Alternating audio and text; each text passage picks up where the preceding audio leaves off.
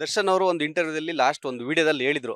ಅಂದ್ರೆ ಇಡೀ ಇಂಡಸ್ಟ್ರಿ ಒಂದ್ ಕಡೆ ಆದ್ರೆ ನಾನು ಒಂದ್ ಕಡೆ ನಿಲ್ತೀನಿ ಅನ್ನೋದು ಒಂದು ಹೇಳಿದ್ರು. ಯಾವ್ದೋ ವಿಚಾರಕ್ಕೆ ಹೇಳಿದ್ರು. ಬಟ್ ಇವಾಗ ಹೆಂಗಾಗ್ತಿದೆ ಅಂದ್ರೆ ದರ್ಶನ್ ಅವರ ವಿಚಾರದಲ್ಲಿ ಎಲ್ಲರೂ ಕೂಡ ಒಂದಾಗಿದ್ದಾರಾ, ಸ್ಯಾಂಡಲ್ವುಡ್ ಒಂದಾಗಿದೆ, ದರ್ಶನ್ ಅವರು ವಿರುದ್ಧವಾಗಿದೆ ಅನ್ನೋ ತರ ನಿಮ್ಗೇನೋ ಫ್ಯಾನ್ಸ್ ಆಗಿ ನಿಮ್ಗೆ ಅನ್ಸುತ್ತಾ? ಅಂದ್ರೆ ಕೆಲವೊಂದು ವಿಚಾರದಲ್ಲಿ ಅನ್ಸುತ್ತೆ, ಇನ್ ಕೆಲವೊಂದು ವಿಚಾರದಲ್ಲಿ ಅನ್ಸಲ್ಲ. ನಮ್ಮ ಅಭಿಪ್ರಾಯ ಅದೇ. ಕೆಲವೊಂದು ವಿಚಾರದಲ್ಲಿ ಅನ್ಸುತ್ತೆ, ಇನ್ನೊಂದು ಕೆಲವೊಂದು ವಿಚಾರದಲ್ಲಿ ಅನ್ಸಲ್ಲ. ಇವಾಗ ಅಪ್ಕಮಿಂಗ್ ಇವಾಗ ಡೆವಿಲ್ ಬರ್ತಾ ಇದೆ. ಆದ್ರೂ ನಿಮ್ಮ ಹೀರೋ ಜೈಲಲ್ಲಿ ಇದ್ದಾರೆ. ಲಾಸ್ಟ್ ಟೈಮ್ ಸಾರಥಿ ಟೈಮಲ್ಲೂ ಇದೇ ಸಿಚುವೇಶನ್ ಆಗಿತ್ತು. ಸಾರಥಿನ ಸಕ್ಸಸ್ ಮಾಡಿದ್ರಿ. ಸೊ ಇವಾಗ ಡೆವಿಲ್ ಆ ತರ ಆಗುತ್ತಾ? ಅಂದ್ರೆ ಆಗಿನ ಟೈಮೇ ಬೇರೆ, ಈಗಿನ ಟೈಮೇ ಬೇರೆ.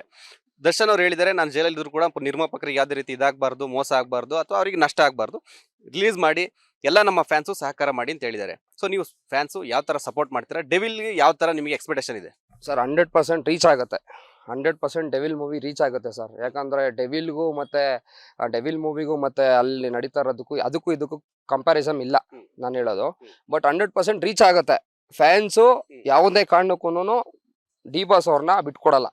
100% ಬಿಟ್ಕೊಡಲ್ಲ. ರೀಚ್ ಆಗೇ ಆಗತ್ತೆ. ಕೆಲವೊಂದು ಅದೇ ಹೇಳ್ತೀನಲ್ಲ, ಕೆಲವೊಂದು ದಿವಸ ಕಾಯ್ಬೇಕಷ್ಟೆ. ಪೇಷನ್ಸ್ ಇಂದ ಕಾಯ್ಬೇಕು. 100% ರೀಚ್ ಆಗತ್ತೆ.